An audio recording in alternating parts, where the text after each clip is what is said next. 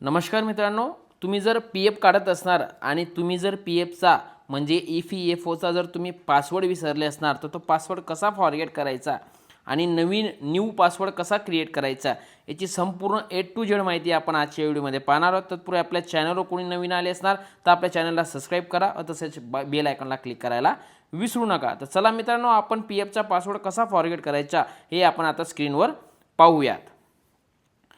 स्क्रीनवर आल्यानंतर तुम्हाला सर्वात अगोदर EPFO सर्च करायचं आहे। सर्च करून झाल्यानंतर पहिली वेबसाईट येईल एम्प्लॉईची, त्याला क्लिक करा।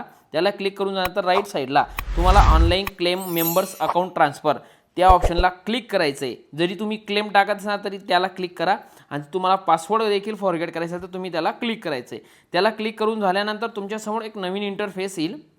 तुम्हाला तुमच्या नवीन इंटरफेसच्या राईट साईडला म्हणजे तुमच्या पोर्टलच्या राईट साईडला तुम्हाला फॉरगेट पासवर्ड म्हणजे बघा वरती EVN नंबर पासवर्ड असं असेल तिथं खाली फॉरगेट पासवर्ड आहे, याला क्लिक करायचं आहे। याला क्लिक केल्यानंतर तुमच्यासमोर एक नवीन इंटरफेस येईल।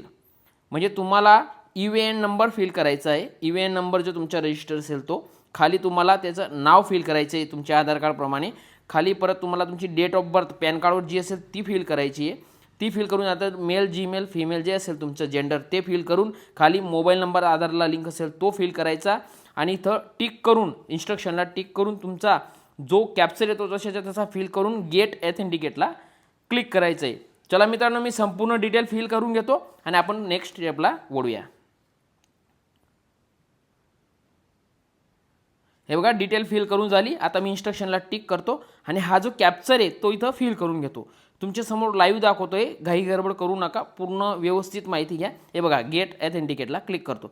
याला क्लिक केल्यानंतर तुम्हाला एक OTP जाईल, तुमचा आधारचा नंबर जो लिंक असेल त्याला एक OTP जाईल। हे बघा एंटर OTP, तो OTP इथं तुम्हाला फिल करायचा आहे आणि खाली न्यू पासवर्ड क्रिएट करायचा आहे। जो नवीन पासवर्ड आहे तो क्रिएट करायचा आहे। पासवर्डमध्ये सिम्बॉल टाका, अल्फाबेट टाका, न्यूमेरिकल टाका आणि मग एक पासवर्ड बनवा जो 8 डिजिट अक्षरचा असेल। मी तुमच्यासमोर लाईव्ह बनवतोय पासवर्ड।